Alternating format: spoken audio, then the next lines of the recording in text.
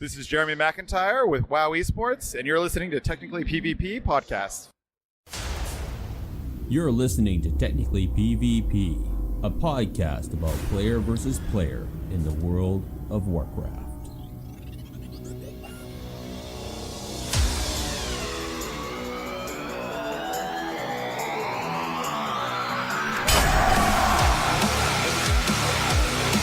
For the glory of Stormwind!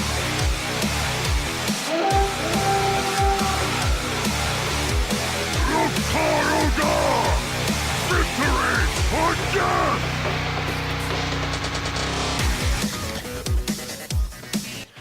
It's November the 13th, 2018, and you are listening to Technically PvP, a podcast where we analyze the various aspects of player versus player in the game World of Warcraft. Hey, I'm Gerissar, a PvP apprentice, and on behalf of Andalin and Windstead, welcome to the show.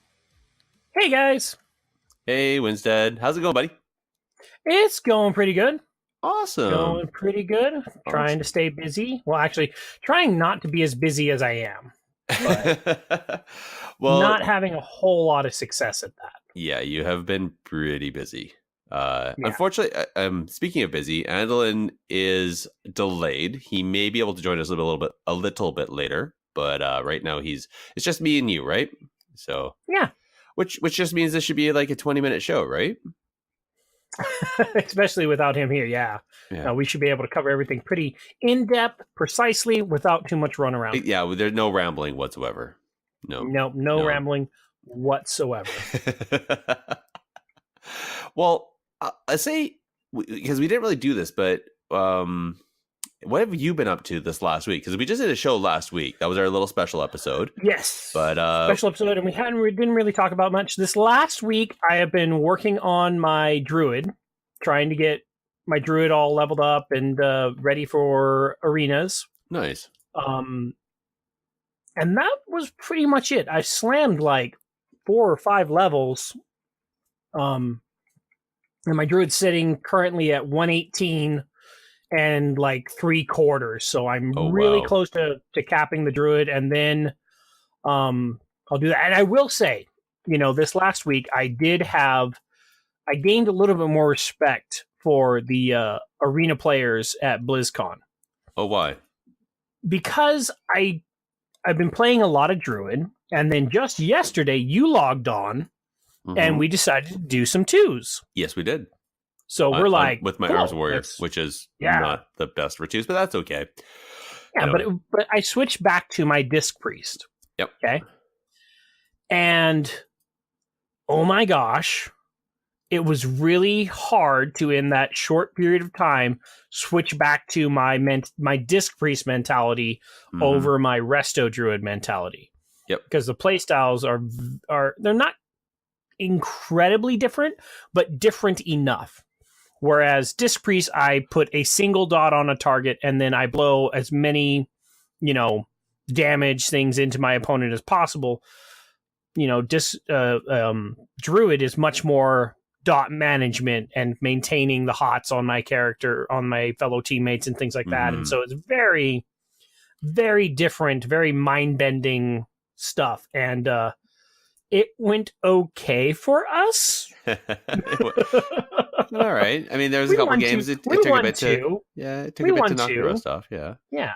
I mean, two out of 8 ain't bad, right? Yeah. No. Was it 8 games? I know. I'm joking.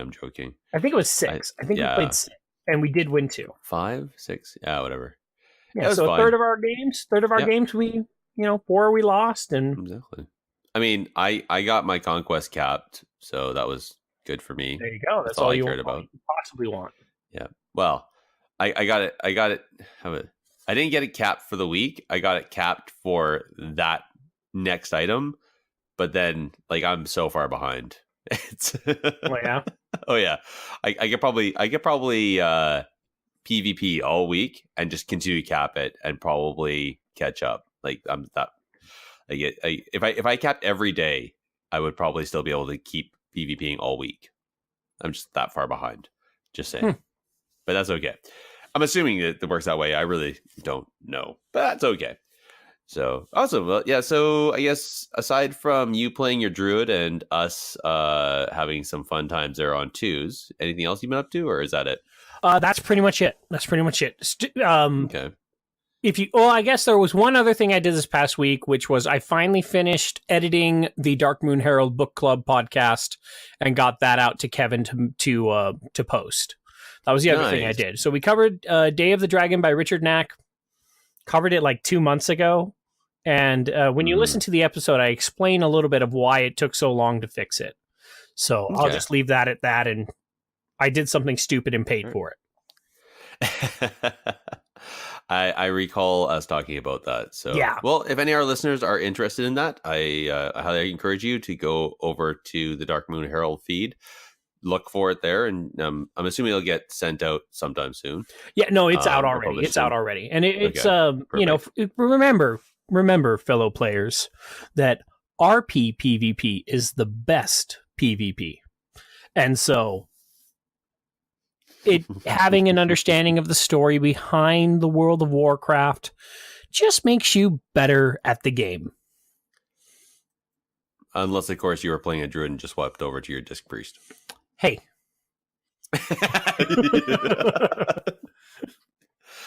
All right. I guess for me, I was doing auction house PvP for the most part. I did hop on and do some twos with you, but I also picked up a gentleman on just LFG.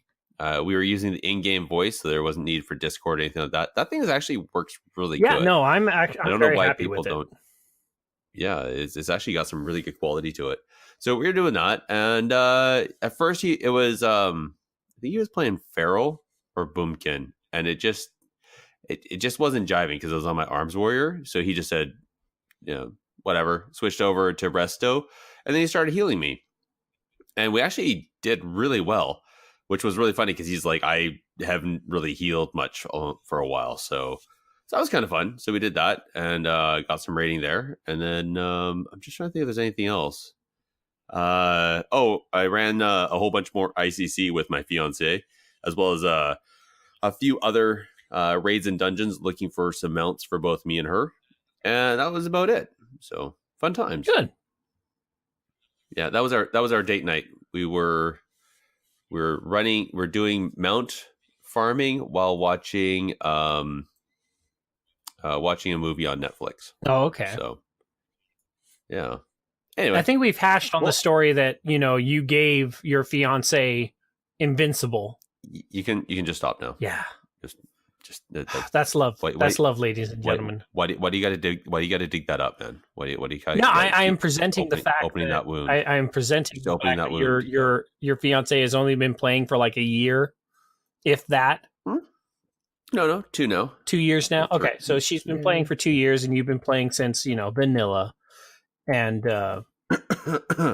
Yep. And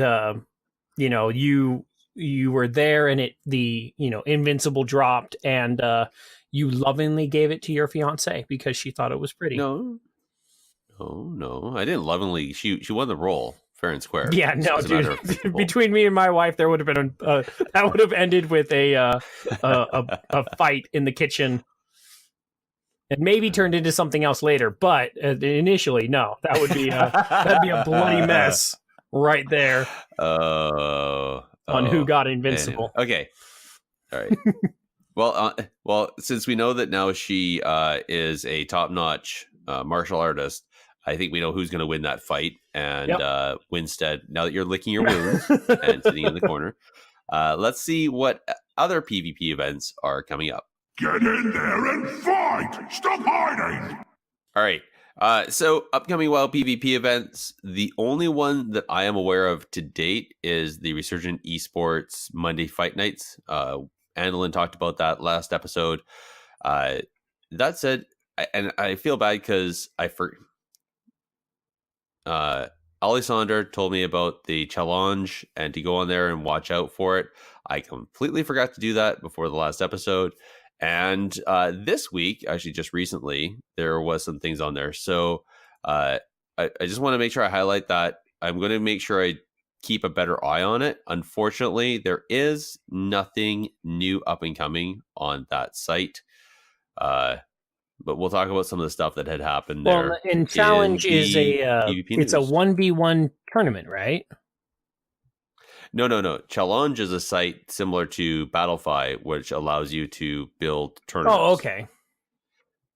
Right, but then let's get into the actual PvP news before we get into the subject of analysis. Okay. All right. Who ordered up an extra large can of whoop ass? Well, and this is the part you were just kind of alluding to. There was 2 people that actually created 1v1 duel tournaments on the classic demo server. It was insane. The Stay Safe one was probably the larger one of the 2. I'm trying to remember how many people it had in it. It was they ended up doing a 32 player single elimination.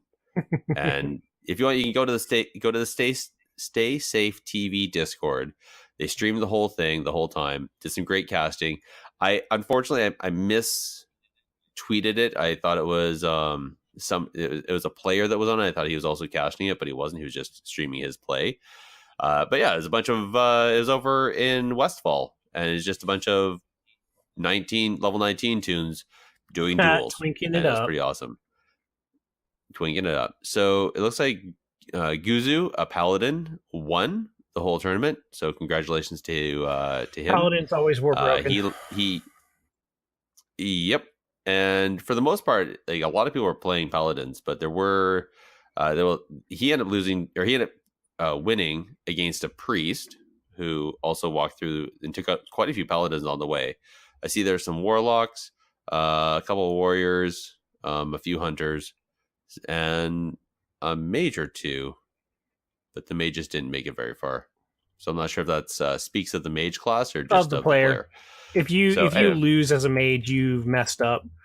Especially in old vanilla, because you have an 18-second polymorph with no diminishing returns. Why should you lose? You should just be able to sheep, eat to full health, and then restart until you win. That's the way you play it. That's a good point. It is, broken. And I remember vividly that I would beat. Rogues would run away from me in vanilla because they couldn't kill me because I would just sheep, eat, and then get as max distance away and then re-engage. And this was pre-Shadow Step. There wasn't like, ooh, I'm going to be all mobility-wise. No, they had dash and walk. So. Wow. Somebody was saying how they got into a duel as a warrior and lost because they forgot that you can't charge. You could no longer charge when you're in combat. So he couldn't catch the mage, and the mage just blew him up. Anyway, it was kind of funny.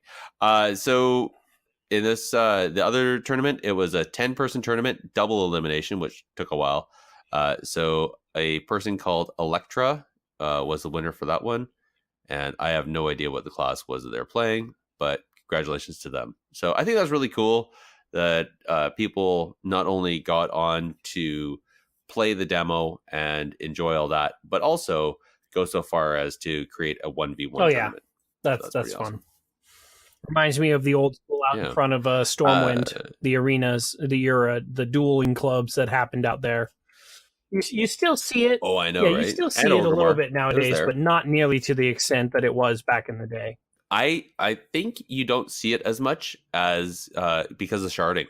Yeah, that would. So the sharding balances it out, right? So yeah. All right. So let's hear the other piece of news that I put on there.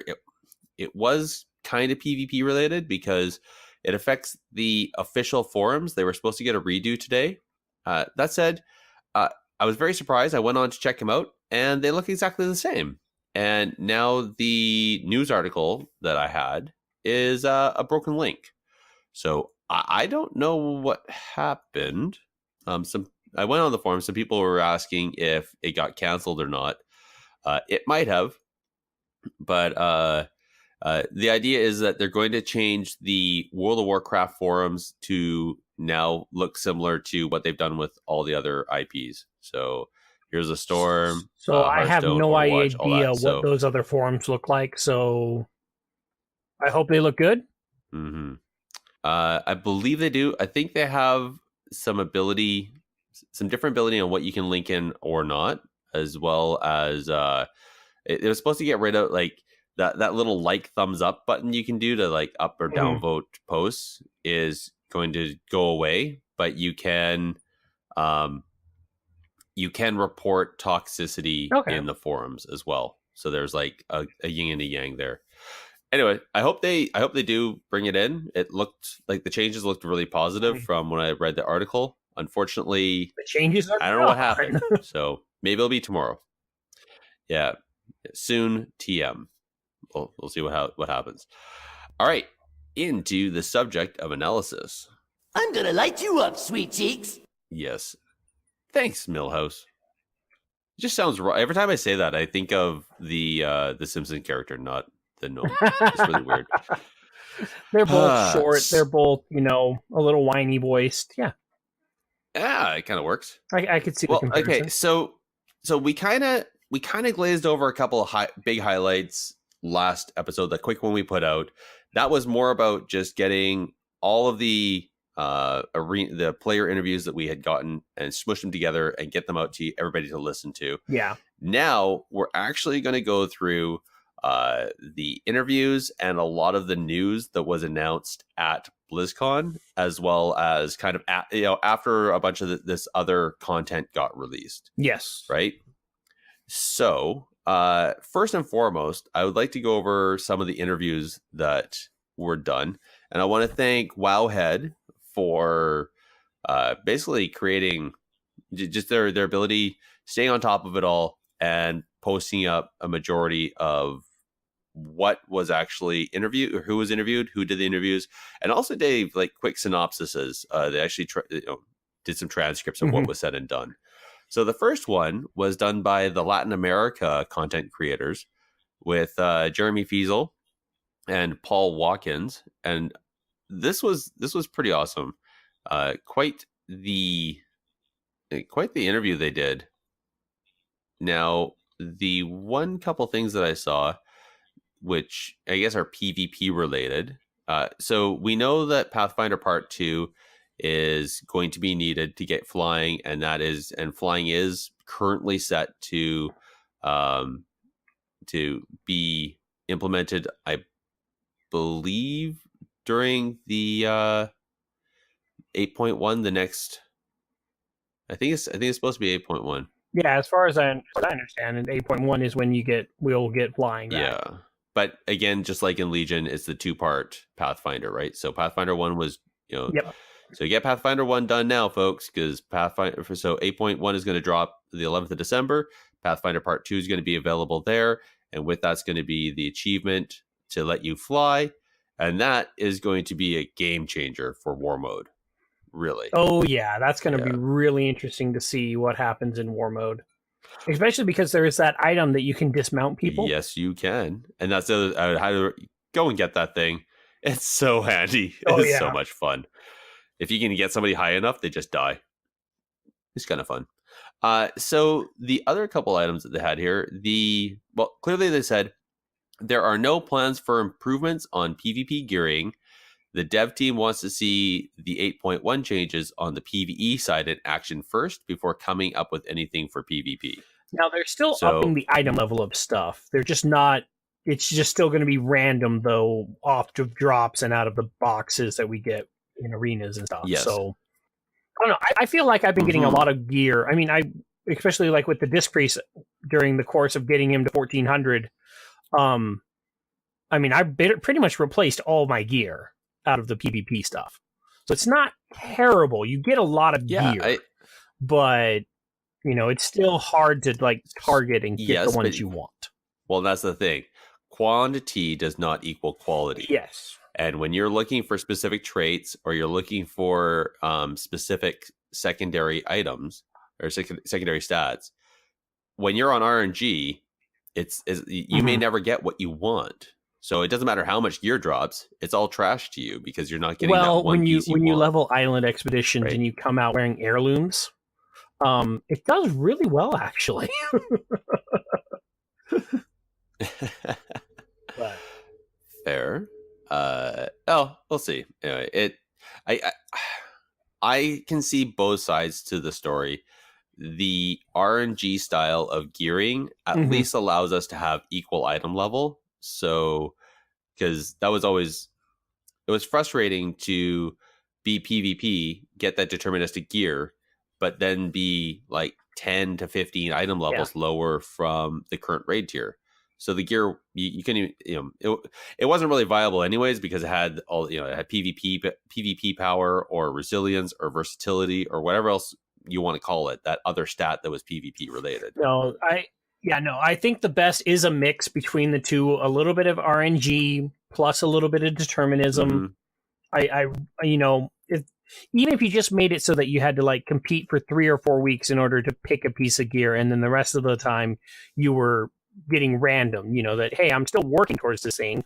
And, maybe during that course of time where you're working towards that one piece of gear, you get a random drop that's comparable, and you're like, okay, so I can now shift gear and I can push it towards that next item rather than, losing out on all your progression. Maybe. Well, I mean, if you mean you ever get hired on by Blizz to be designers, I'm sure we can. We'll fix it. We would fix PvP completely. Yeah, totally. Completely. So the one other tidbit from this I really like, the devs are planning to return with the free for all PvP quests like they had back in Legion. I really enjoyed those. I actually did. They were pretty fun. They were. So that will happen when we get Nazjatar. When that comes out, we'll also get the free for all zone or quests. All right, so that is with the Latin America guys and gals. Sorry, and then the next one was with the Mammy Twink. Yeah, just for our listeners, we are covering just things that focus on PvP. There was a lot of other things that were expressed in these interviews, but we're grabbing the PvP highlights so that we're not bogged down. I mean, because each one of these interviews probably took 30 minutes to have their conversation, and so if you want to go through everything else that was talked about, highly recommend it, because a lot of cool stuff is coming our way that after reading these I'm happy and looking forward to seeing. But we are just talking about the PvP highlights for our sake. Yeah, we talk about the important stuff, the really important stuff. Exactly, like we always do. We exactly let the other podcasts and fan sites and whatever talk about all that other shite. Yeah, PvE crap. Right. So this is so I had to check this out. So this is Mammy Twink, which is a French fan site. Apparently it was also done in conjunction with a Polish YouTuber, but they sat down with, again, Jeremy Fiesel, and this time Tina Wang. So she was a environmental art supervisor. But the highlights for this one, at least for PvP, so Wintergrasp is coming back. I could not believe it. My jaw literally dropped when I saw that. I know. I thought Wintergrasp was done. It was always going to be where it was. People ignore it. But no, apparently they're going to bring it back as an epic battleground. So they're going to return it back into that Which queue. I think if they can... Okay, and here's the hard part. Because in order to make it a truly epic battleground and to make it fun, they are going to have to make sure that they get the vehicles correct. Because if the vehicles don't function right, kind of like... what was that? Strand of the Ancients. The vehicles were crap. In this, before they got rid of it. No.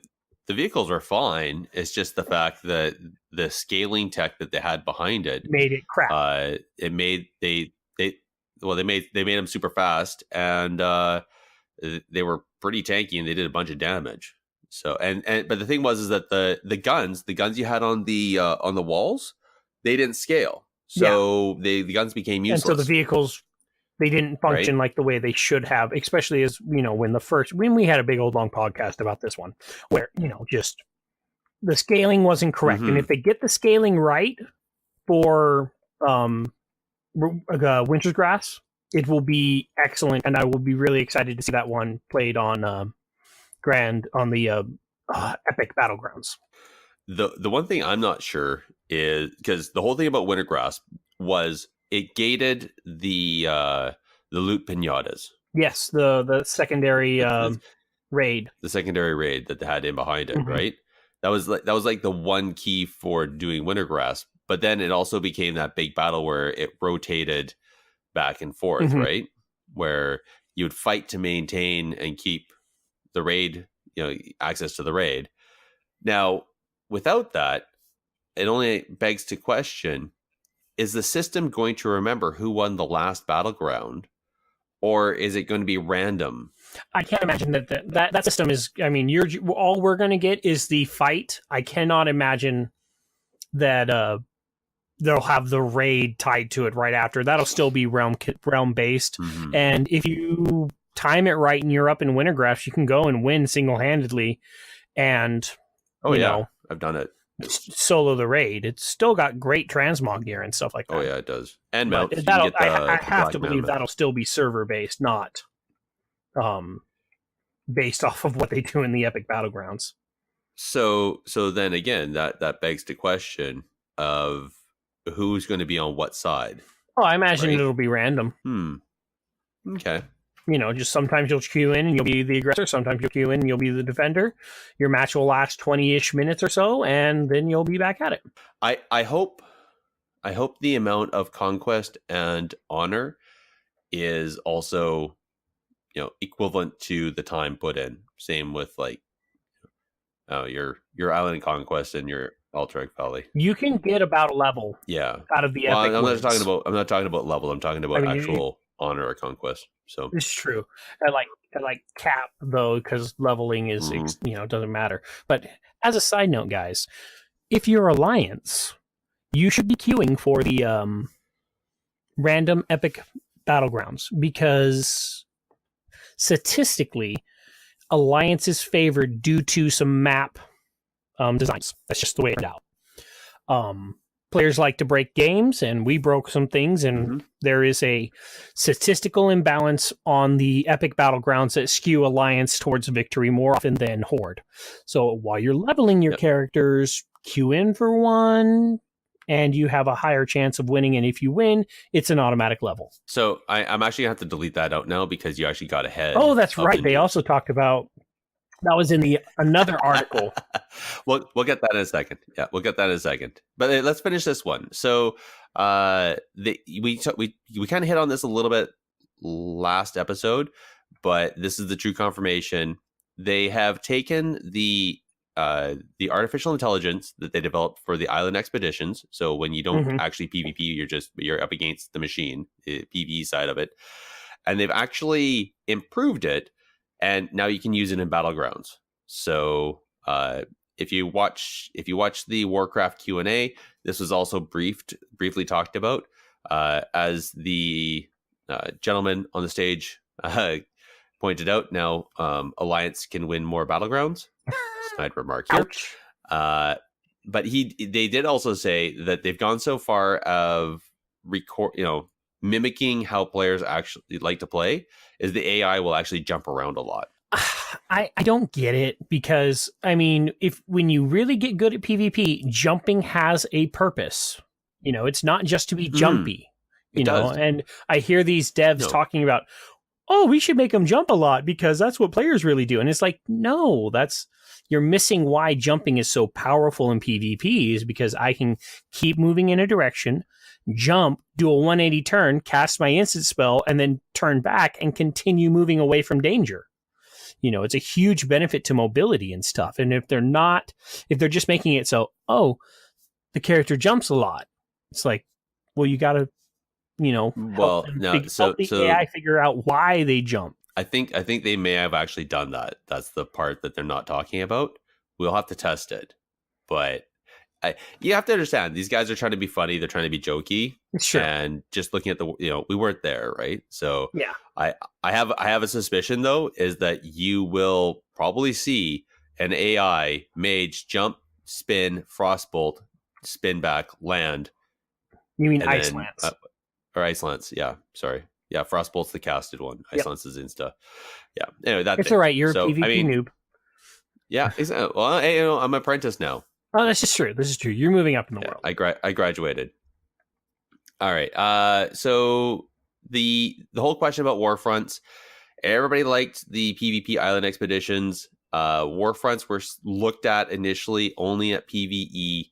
I believe they're 25 people or whatever.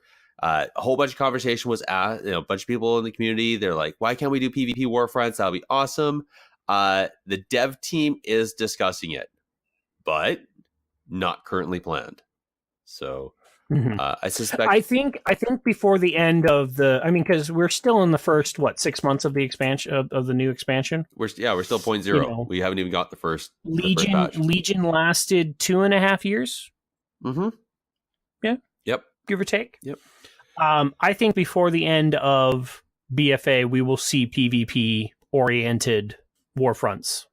That'd be pretty cool. I really think they should, and if they can do it well and get the map balance, then and they may have to with the current Warfronts. I don't think it would work well. But if they were to open up, say, a third Warfront, and they planned around the fact that okay, we're going to have player versus player, and so the map needs to be balanced and fair on both sides and all that, then I think that could work, but not with the current map layouts. No, I think also with the current map layouts, if I understand them correctly, if they turn them into PvP, it would just be Ashran. Is really what it's just people running around doing the PvE stuff, and then at the end you kill the main boss, and it just turns, and it may be a Zerg rush, it may not. I mean, there's other stuff there, but we'll see. So that's that. Last but not least on this one interview, and this one I love the throwback, is they're going to introduce some PvP zone objectives also in Nazjatar, like the PvP towers from Old Terracar Forest. And I like that. Oh, I hope not Terracar. Well, no. So you remember in Terracar where there was... But they were saying from Burn and Crusade, right? Yeah. And so there was the three different ways you did world PvP, or I guess four technically. 4 ways you did PvP. You had the towers in Terracar. There was the towers in Terracar, which were kind of a cap at a certain period of time, and you get a bonus for the area. There was it was a bit more than that though, because there was 5 towers. They were spread across the whole zone, and you had to.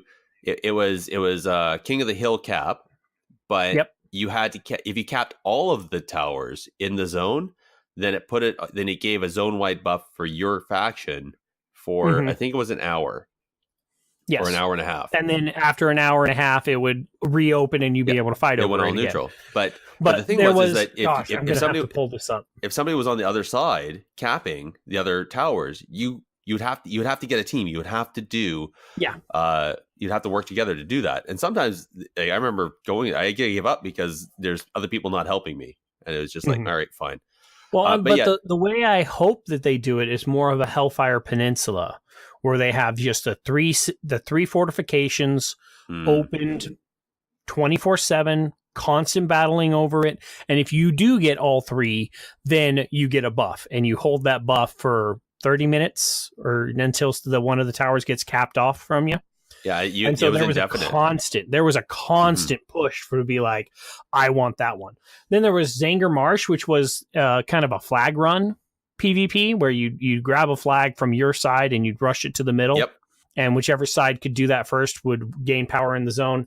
And then there was Nagrand, which was the bombing run city defense. No, there. Well, I remember the bombing run, but I thought that was the floating village. We had the 3. If you were able to and if you were able to kill all the city guards, you could flip the city and it'd become yours. And then there was a PvP and so vendor. Those were the 4 different. Yeah, and so those were the 4 different kind of world PvP that was available, and I hope they go more Hellfire Peninsula than the Terracar. Well, they actually said like the towers in Terracar. So, I mean, we'll see. Maybe they'll actually listen to this podcast. Yeah, right. No, but maybe. How about this, folks, the listeners? You guys have a voice. What do you want? Make it known. Get onto the official forums and make a post about it. Talk about it, and maybe we may see something different. Who knows? All right. Let's hear what else we got here. So, Method had a interview with Morgan Day and Eli Cannon. This was not a lot about PvP. I mean, obviously, Method, although they support a lot of esports, their guild is originally a raiding guild, and I get that. Mm-hmm. It's just a thing that was pointed out again during the WoW What's Next panel and the GCD. So there's a bunch of movement abilities. Yeah. There's a bunch of movement abilities that were on the GCD. They're taking them off. They agree that that maybe not needed. Let's change them up a little bit. So there was one that was already changed. It was one of the warrior abilities, I believe. Yes, it was. I'm trying to remember which one it was now, and I can't remember. I think it was a heroic leap. Nope. No. It was a defensive. Okay. Yeah, I don't know then. Shoot. Yeah, I can't remember now. Anyways, but yeah, so they're gonna look. They went back to review it again, and you'll be seeing in 8.1 a bunch of the movement abilities are gonna come off. So rejoice, huzzah! They're one step closer to doing what I said they should do. What's that? Well, they should make it so that all your offensive abilities are on a GCD, all your defensive abilities are on a separate GCD, and all your mobility is on a separate GCD. And so if you really wanted to, you could macro defensive, offensive, and a movement all together, because in my mind, you have two hands. That hand could hold a sword, a shield, and you have two legs. So you should be able to move, attack, and defend yourself all at the same time. That shouldn't be impeded. But I can't do two offensive abilities and... that just wouldn't work. I only got one sword, Well, now, if you're a two-handed wielder, you should still be offensive and defensive. If you're attacking with both hands, you probably die. So I'm just trying to wonder then, as a druid, how would that work for you? Because all you have is defensive and offensive. You don't have a weapon, really. I have two paws. Yeah, no. You might as well be a turtle when you go bear form. That really should be a transmog turtle. Oh, can you imagine? Oh man, that would be fun. Okay, that's a forum post coming up. Yeah. Okay. Let's see what else we got. So Wowhead themselves actually had an interview with Ian Hazzikostas and Chris Robinson, and a couple things they pointed out. So it was discussed during the What's Next panel. Arathi Basin and Warsong Gulch are going to get a renewal, a remaster, yeah.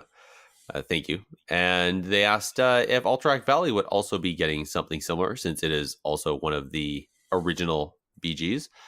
But there's no plans at this time. So maybe when they may get to it eventually, but they don't have time right now. The problem is that if you're going to remaster that one, you probably need to balance it, and that would really distort what a Alterac Valley was.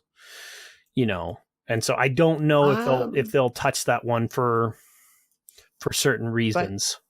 I didn't see them change the topography in Arathi Basin or Warsong Gulch. Well, that's because they're balanced. Kinda. I guess they are now with all the changes they've made. They weren't. I'm thinking back to like some yeah, if you're going, when they were first released, there was some wonky things that have been taken care of. Like on the Alliance side, you used to be able to get outside of the gate before the battle even started. So you could sneak all the way across the map and pre-cap things, or be there for when the battleground started and have things automatically capped, and it only worked on the Alliance side. Yeah, so that was rightfully so. I mean, it was originally our place to begin with. So. Yeah, no, and so incredibly broken, and they put a stop to that. So yeah, they did. But just like in Warsong Gulch, where they took the height of the res graveyards, and dropped them slightly. So there's some other stuff there. Yeah. Anyways, ultimately though, you're right. They're not gonna do Alterac Valley at this time. The other question is will Ashenvale get an update since Warsong Gulch is getting updated, because that's technically where it is? Probably not. That's a very slippery slope. If you're doing that, then you're just talking about the scope creep on that is huge. Yeah, So, no, upgrading the entire world is basic, and they do every expansion or so. They always upgrade a couple of zones and things like that. Mhm. And the instant PvP zones is probably a little bit easier to manage because it's just such a smaller scale. You know, it's not a whole zone; it's more of a small environment. True. It's instant, right? So because if you start changing a world zone, then what are you going to do? Then the next zone has to. Then the next, yeah. Yeah. It's just, No, and eventually, anyways. I mean, when they broke the world in Cataclysm, you know, they Mhm. gave everything a facelift. You know, Well, yeah, they did. but I mean, Well, it just, including eventually, even the cities. Eventually. So yeah, I'm just waiting for the trees to finally get updated in some of the zones because they still have that Never. really crappy. Yeah. I hope no matter trees are not what supposed happens, to- that in one zone they have one tree, and it's the origin tree, and it's like just the tree that they originally had, so that you can still go and see how bad things looked. Well, they have that. It's that giant tree in Darkshore. Well, you mean that burnt down tree? No. I'm talking about the one in Darkshore, the one that's still where they used to have the world boss dragons. Oh yeah, that thing's beautiful. I love it. Yeah. Well, yeah, until you try to fly through it, which you can't. And when you get up close to it, it looks like crap. But that's okay. All right. MMO Champion also put together quite a few blogs and interviews. So they have one from the Eurogamer through Forbes, actually. And they had an interview with Ian Hazzikostas. Mostly this one was about PvP. So I was so happy to see this and be able to read about it. Actually, I'm going to go to the actual Forbes. Oh yeah, no, this one I had Siri help me out on this one while I was at work today, and she read it to me, and I was it was very enlightening about some stuff that's happening behind the scenes of World of Warcraft. Well, and that was the thing that I found interesting is the conversation actually delved into some of the analytics of what Blizzard is looking at as far as PvP.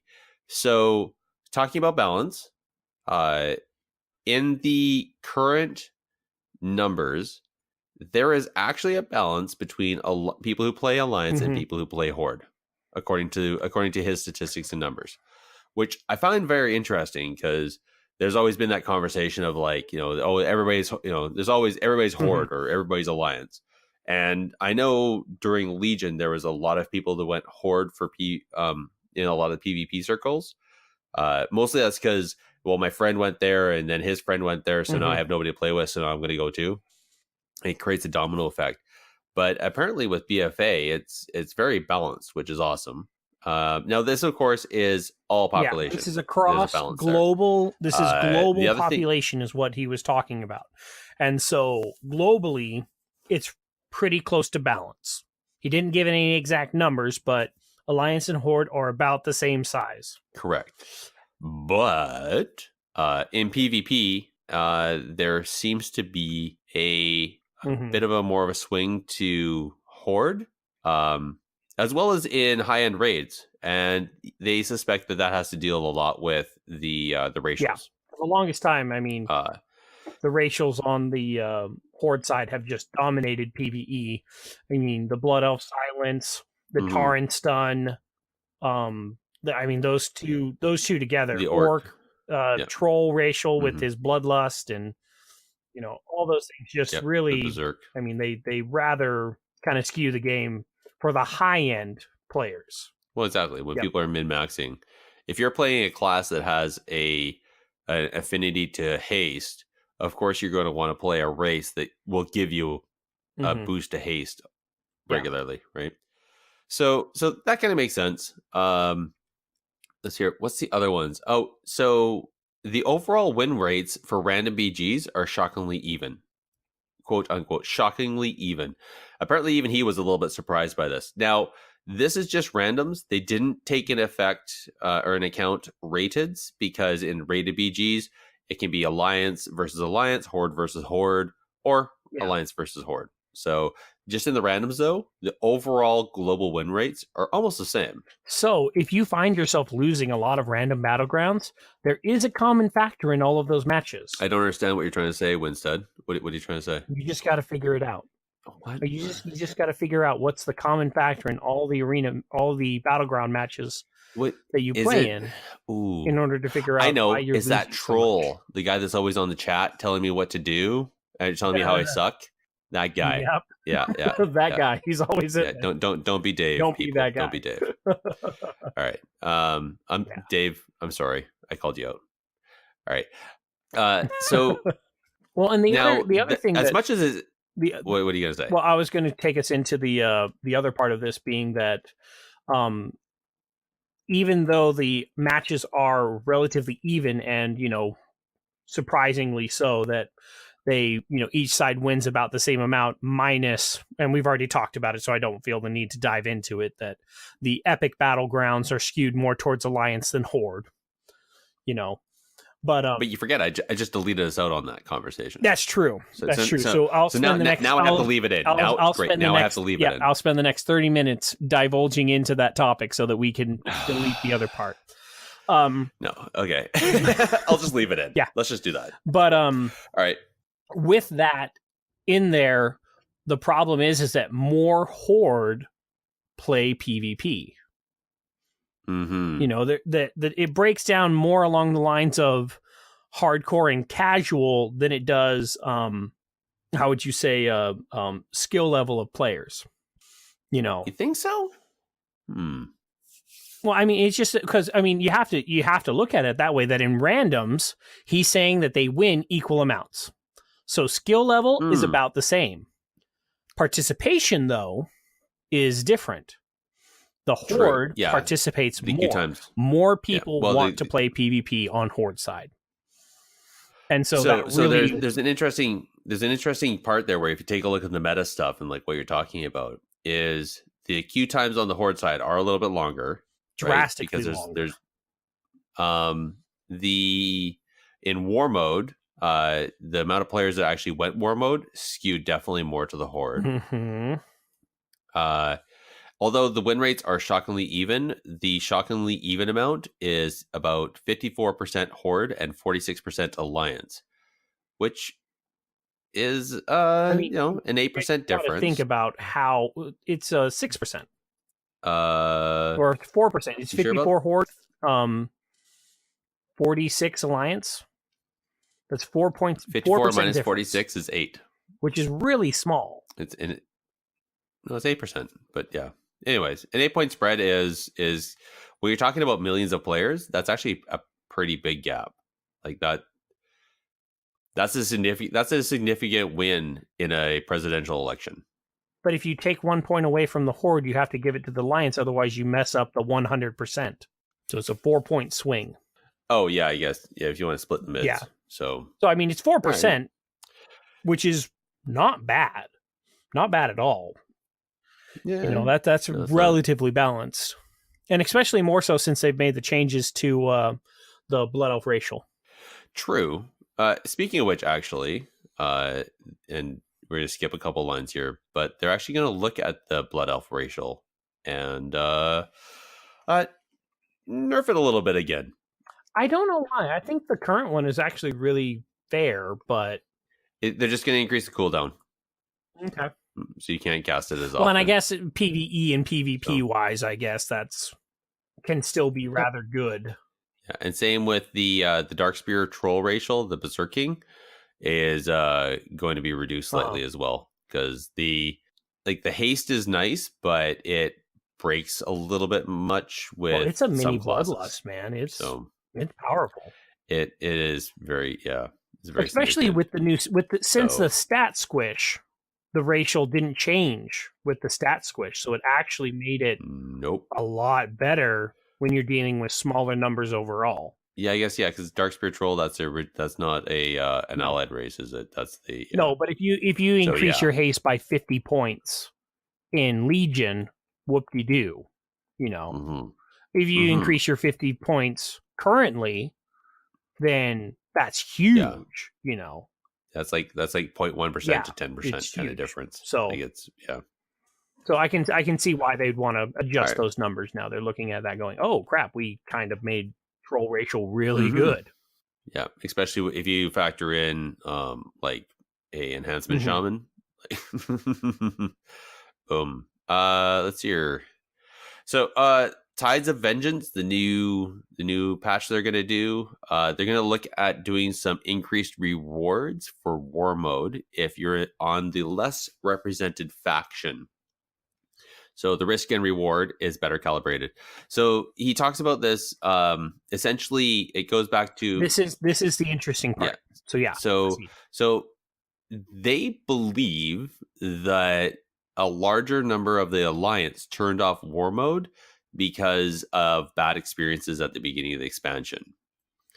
So to counter this and to offset or to bring back to balance the amount of people that have war mode on, they're looking at trying to incentivize us as players to turn on war mode, which means if you are underrepresented, then your risk, obviously you have a higher risk, so therefore you will get a improved or a buffed reward for having war mode on and being the underdog. I don't think that is going to work. Now this, but go ahead, finish your thought. Well, yeah, well, and that's the thing, like this is going to be really interesting because he even said, like, he gave us some examples of so you're trying to do a world quest. Let's say you're doing a big bad elite, and you're trying to do it, but every time you go there, it's nothing but horde. You're just getting, you can't even get there. You're getting killed, right? So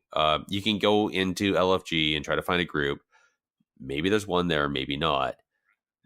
So rather than just walking away from the world quest and feeling turned down of not being able to do what you want to do, they're saying, well, you could go ahead and like still go in there and try to do it, and maybe you're able to get some hits in, maybe you're able to get some success, and then but because if you're, I can see this, I can see myself as an alliance, like let's say my warrior, I leap in, I whirlwind, so I'm hitting a bunch of horde PvPers, I hit the boss a bunch of times, so now I tagged it.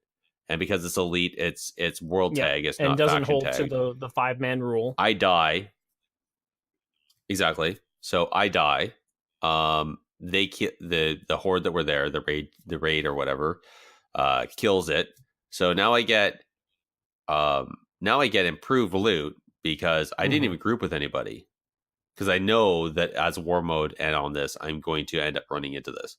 So now I'm actually being incentivized to not run with people in a group, or at best maybe only do 5 people, knowing that we're going to run into it's a little different than I think what you're saying, because it's zone wide. If there are more horde in the zone than alliance, or more alliance than the horde, that's when you get the better reward. Not necessarily that, oh, I'm a single player versus a ton of horde. No, it's all alliance in the zone will get a bonus to try and balance out the fact that there's so many more, players that you're going up against in world PvP. But this is that whole meta thing I was talking about just a bit before. Is he even made an example of how when people form these raid teams for world bosses or world quests, the sharding technology takes that into effect and puts all these people together. So as soon as that happens, it creates an imbalance on the server in that location. So then it starts pulling other people from other servers into that shard to balance that out. Yep. But it doesn't really work that way, because then as soon as the thing's dead, that raid team dismantles, right? Yep. And now there's this whole big swing that happens where so you're there, you're fighting, you kill your thing, all of a sudden, I'm sure everybody's experienced this, where all of a sudden they're boom, it's like, what the heck just happened? You kind of phase a bit. The group, and then everybody leaves and goes back to their shards. And then so you're bouncing back across shards. So you just killed something, you loot it, disappears. Now all of a sudden it's like right there again. Like, what the crap? And then like there's a huge swarm of horde. You just get snowballed, whatever, and then it disappears. And then all of a sudden your phasing shifts again. But it's not instantaneous. There's delays there. So, and I could see some opportunity where, you know, 1 minute you're going to get a bunch of really good loot, and then all of a sudden it's going to, like, it could shift because that yin yang, that imbalance happens. People, you know, groups dismantle, whatever. This is going to be. And you talked about this a bit. We as players find ways to break the system. We find ways to game it to make it to our advantage, and I could see some opportunity here where, you know, suddenly the 40-man raid teams aren't going to exist. It's just going to be little 5-manners running around because they're hoping that they'll be able to, you know, there'll be that 40-man team over there trying to kill down the boss, and that creates that imbalance that suddenly they're going to get the better loot or whatever. Well, right? and I don't deny that there will be certain players who are trying to game the system that will do that. My thoughts are, though, is that you're just dealing with, and that's where I'm not, you know, we're speaking in broad generalities here. The numbers say that more Horde participate in PvP. That's just the hard, cold numbers. So War mode, world PvP, and instance PvP. More Horde participate in those. And so there's that level of mentality. Alliance is a more casual, laid back, come in, play the game, do what they want to do, no interruptions from the outside world, and then they go off and, you know, go back to life. Horde are much more invested into the challenge of the game. I mean, that's just PvP is much more challenging than PvE.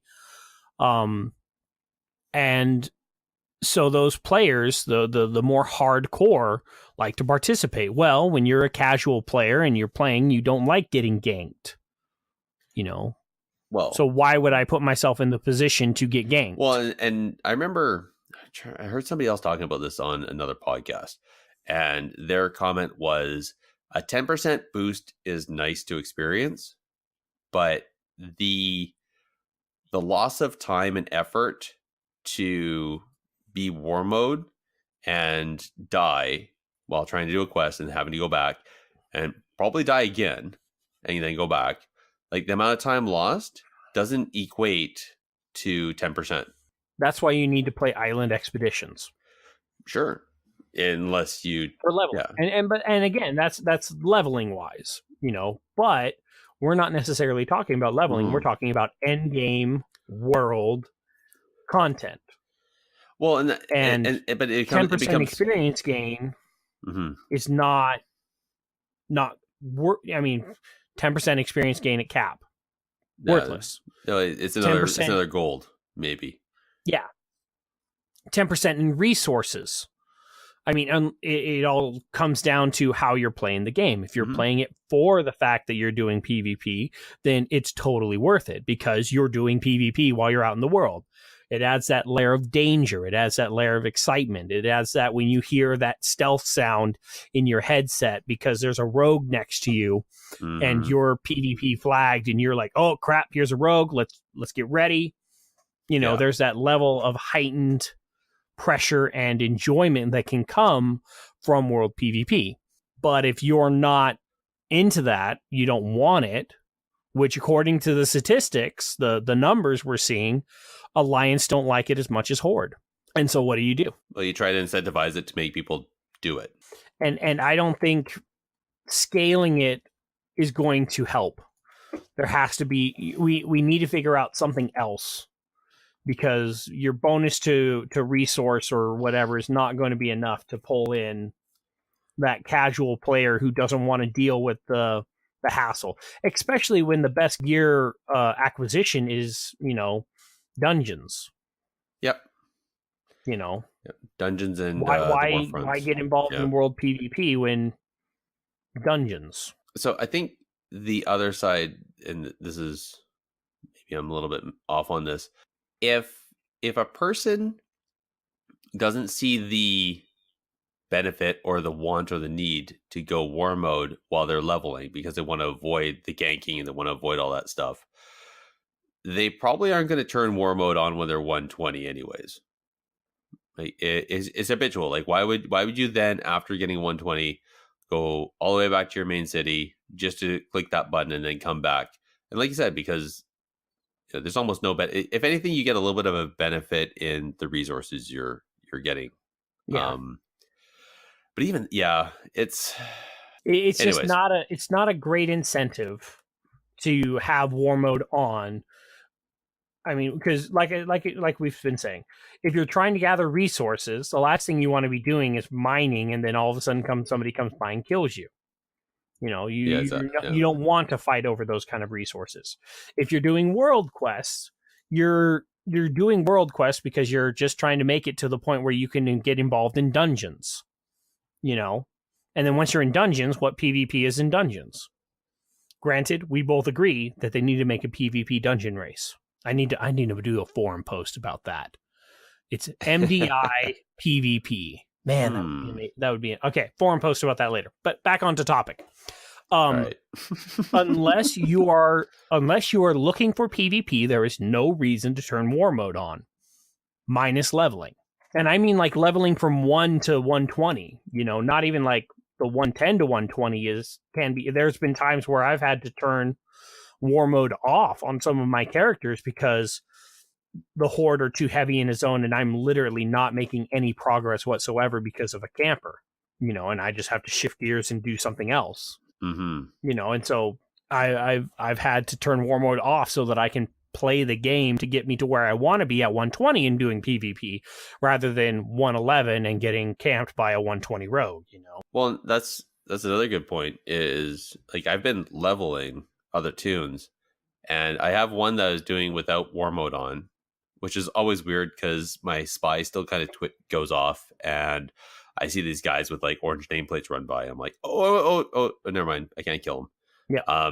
But then I have another one that I'm running around in with war mode on, and now that there's a bunch of 120s and people are doing the other island world quests and jumping around, it's nasty. Like I'll be running along and just like I'm not in a group. Okay, mind you, that's my fault. All by myself, just kind of like solo questing and just having being brain dumb while I do other things and just run through that stuff.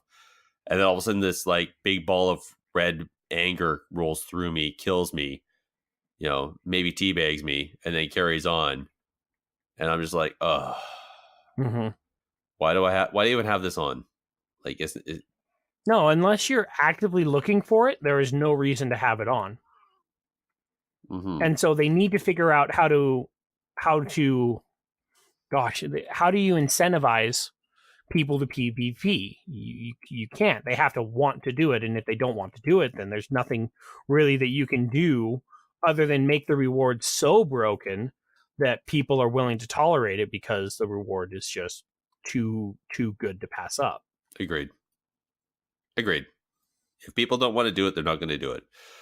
Right? Yep. And statistically, this the same people that don't want a PvP are the same people that complain that there's PvP meta achievements in what long strange trip it's been and all that stuff. Yeah. So, all right. So, moving on to the last little piece. Now we kind of did this a little bit backwards, but I really like all the interviews that were done. I want to highlight some of the community stuff. That's why we went this way. Now, a lot of stuff was already talked about. It is recapped through the What's Next panel, which was done on day one at BlizzCon. So specifically, we already covered the Arathi Basin Warsong Gulch remaster. The AI Battleground, that's actually going to be its own brawl called Comp Stomp Brawl. Little pin in this one. I'm really intrigued by what this happens, and I would love to see this used if it works. I would love to see this used to help reduce PvP times, because if they can get it to where you don't know if you're playing a player or not, imagine how much nicer random battlegrounds would be. Well, I'd actually appreciate it, because from the sounds of it, this AI is much better than the bots that we've seen, where people queue into BGs and just run straight and then die. Well, and like it was brought up that at one point there were some that they couldn't beat, That the skill level that they I didn't had, hear that. Yeah, no, they have it to where those ones. I mean, because they can. I mean, you've seen the little counterspell bots, right? No, I haven't. Oh yeah, people used to PvP. Gosh, it was a major hack and cheat that they would have just these auto cast clicker things that you could adjust, and you'd be casting a spell, and no matter what you did, because instant spell casts were off the GCD, a couple expansions back, what would happen is that you could make it to where the last quarter second of your cast is when the interrupt would be hit. Oh. And so it was impossible to fake cast. Yeah, I know. Because there were these bots that would do it for you. The kick bot. And kick bots. Well, now imagine a kick bot as a player. And it can run the math, and it can do everything. It can do all the calculations of whether it will win the engagement or not. Yeah. And so I don't think they'll have it tuned. They'll probably turn the tuning down from that. I don't think they're going to do that. Yeah, no. Because they'll probably tune it to where it is very beatable and it won't do proper math and all that stuff. But the ability to make it that good is there and possible.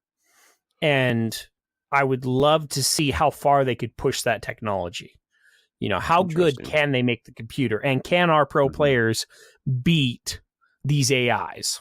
I'm really intrigued. You know what I'm wondering, now you're saying that, is BlizzCon 2019, the arena teams, as like an exposition. Oh gosh, an exposition show. I'd be really intrigued. Have like Method Orange versus AI in arena. Oh man, I would just do that as a demo. Do an expedition for pro players, but just as a demo, just be like, hey, have like here's an arena match against the AI. How good are you? And just test your skill. Interesting. All right. Last item I saw was, well, actually two. One, they talked about this in the, was it 8.2, I think it is? Yeah, 8.2, the Rise of Azshara. They're doing a gnome city, a gnome area. They're going to bring an arena into that called the Mechagon Arena.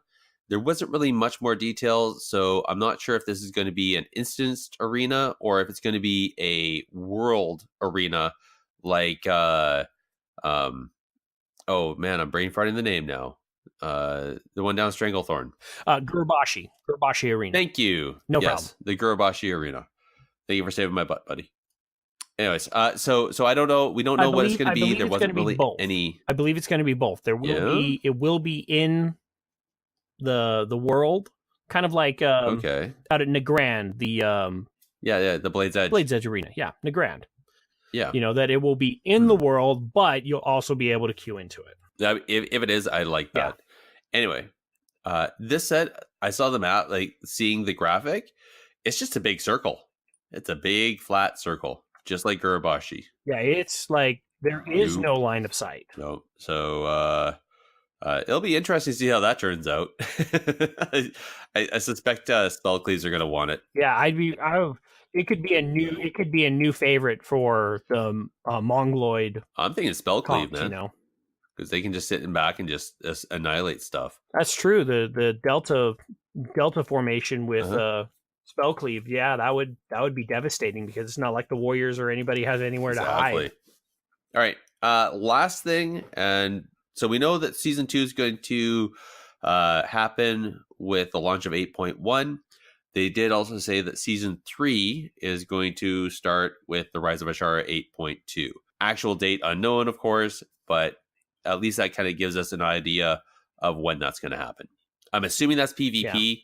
Yeah. I mean, it could be Mythics. It could be something else. But usually the only time we talk about seasons is PvP. So, all right. Last but not least, and this one I found very awesome. So the day after Sidhu returns home, he gets on his stream and he did a phenomenal stream. Kudos to the guy. I actually watched a bit of it, and just the sub train that he was on, it was insane. But he went through and he recapped every single match that they did, and what they did, what their thinking was, why they did it that way, and they actually talked about some of the secrets that they had pulled, like what is it now? The Azurite trait, heart of the rogue. Oh shoot, I'm gonna brain fart now. Anyway, Was it the rogue trick that you no. about? What they had was a trick between the shaman and Samayam on his boomkin, and it was when you proc this ability, every cast you do gives you, it's a stacking stat buff, but it's to your other player. So what would happen is Samayam would innervate Sidhu. Sidhu would spam cast his short cast, and it's in the prep room, so there's no mana cost, right? Meanwhile, Samayam would be in a stealth mode, and then he'd come out, and you watched a couple of them where he jump out and he start cast. There were a couple times where he came out and he would just hit like that's a truck why. right That's off why. the So bat. what it had is he ended up with 11 stack of this, and it's like it was the give your so and so a 150 of stat whatever up to stacking up to whatever, right?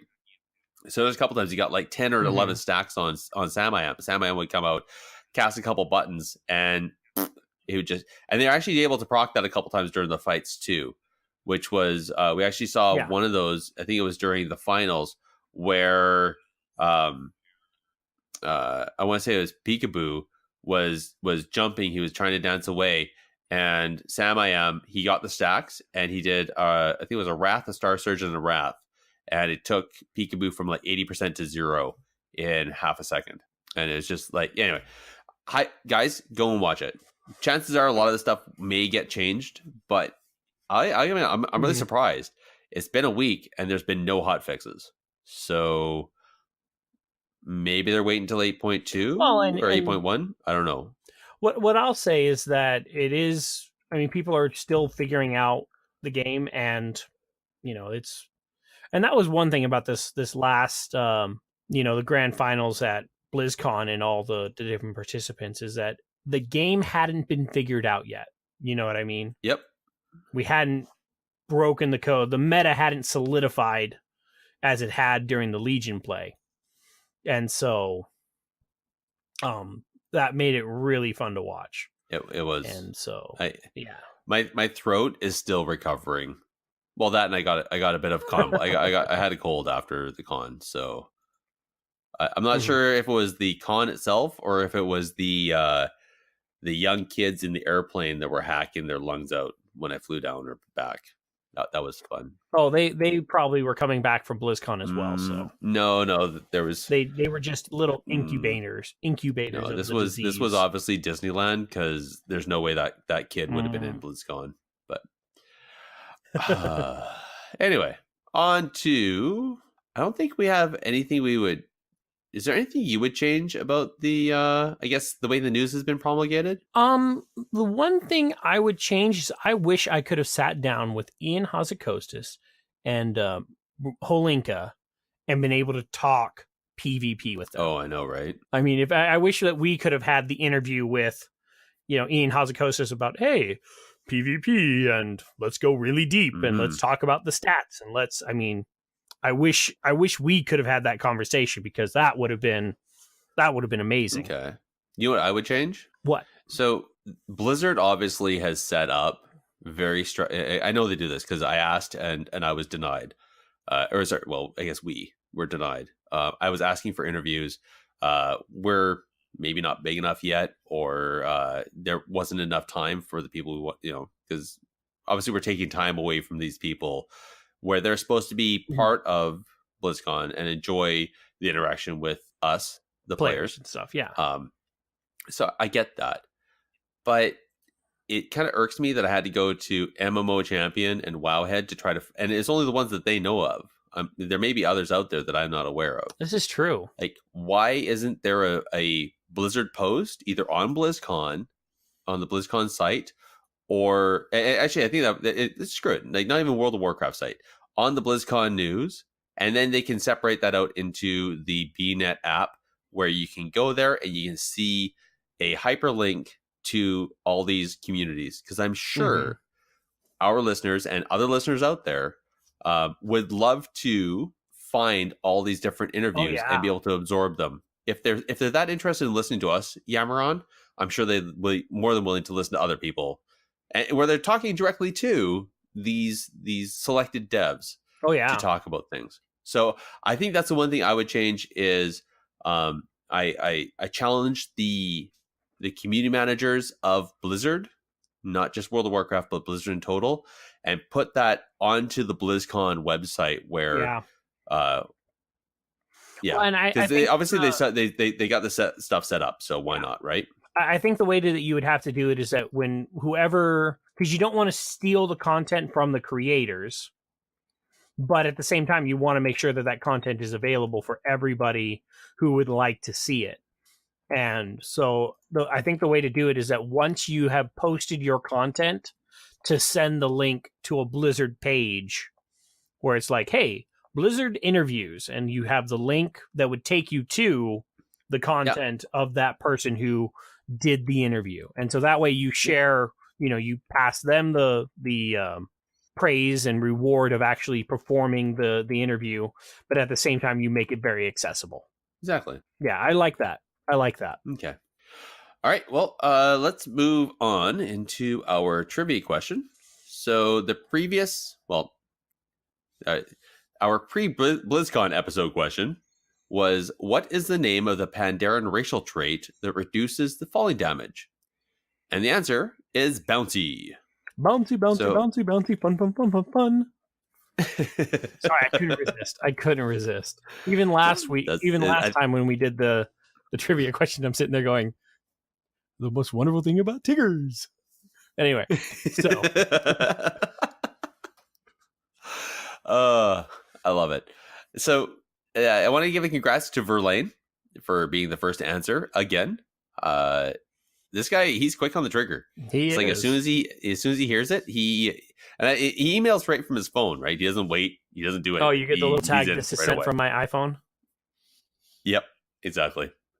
So big shout out to him for being the first again. And this episode's trivia question is going to be, name one of the power-ups that can be obtained in Warsong Gulch. Mm-hmm. So send your answer to technicallypvp@gmail.com, and the first correct answer will earn our shout out at our next show, and 2 ballots for the game time draw. Any subsequent answers are going to earn 1 ballot. So come on, people. Even if you're not first, even if you think you're going to be the last, send in your answers. It's worth it. Definitely. All right. Speaking of shout outs, Windstead, do you have any shout outs you want to give?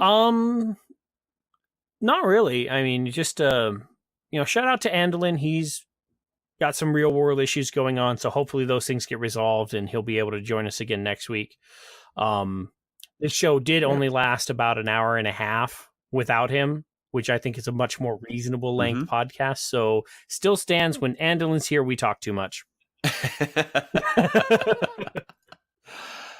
I have no comment. All right. All right.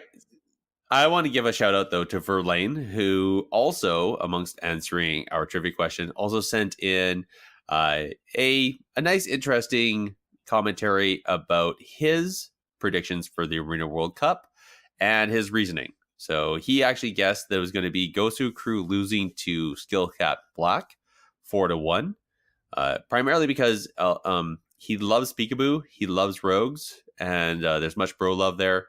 But he does also know that Rogues are once you get them locked down, they're pretty squishy when it comes down to the melee train. So anyway, I guess almost right. That's, with he got one of the teams that made it to the final, but I mean, nobody called the end results, right? And so nobody won our little, because we did have that little competition. Hey, if anybody can tell me the final match and winner, that you would get a month of WoW. So Right. I did not hear nobody anybody. pulled that off. That's Yep. right. That might be a fun little. That might be. I mean, how many tournaments? Gosh, do I make enough money that I could make that bet every tournament? Could I do that? No, you can't. All right. I think if you were to call the bracket, I think that's something I'm willing to do. If you can show me the bracket from, day of tournament, the top 8, as soon as we know the top 8, if you can call the bracket, I would give you a month's subscription. I think that's a bet I'm willing to do. So this is that'd be hard to plan out though, because you they have the week build up, and then the 2 to 3 day, the Saturday Sunday top 8. So that would be difficult to figure out. But well, no, hold on. No, this is the thing. I would have to work with the people over at Liquipedia, but we might be able to do fantasy brackets for that. Ooh. But that makes it's trying to figure out the cutoff time, right? So yeah, I mean, you would have to do it between the finish and the start. Yeah, you'd have to do it before the first round's finished. Yeah, once the first rounds are finished, you're, when the first match finishes, that's it, locked in. Yeah, we'll talk about it. We'll talk about it later. I'll tell you what, me and you will talk about offline, and if we can figure something out, we'll announce it in the next couple episodes. Okay? Yeah. Let's work on this one first, and just the game time drawing right in the new year there. So keep sending in your answers. Yep. Speaking of things, it's for your New Year's resolution of playing more WoW. Yes. Okay. Windstead, can you list off where our listeners can reach us? Sure. You can tweet the podcast at technically_PVP on Twitter, or email us at technicallypvp@gmail.com. You can also visit our blog for individual contact information at technicallypvp.wordpress.com. A link will be in the show notes. Indeed. And you can also join our Discord and our Battle.net community. Links for those will also be in the show notes. So I want to thank everyone for listening, and we will chat with you next time. Good night, all. Good night, guys. You can find this podcast on Apple Podcasts, Stitcher, Spotify, TuneIn Radio, Google Play, or directly from the RSS feed at libsyn.com. Please give us some reviews on Apple Podcasts, good or bad. It helps us know what we're doing well or poorly, and helps others find the podcast. This has been a presentation of Technically PvP Podcast 2018.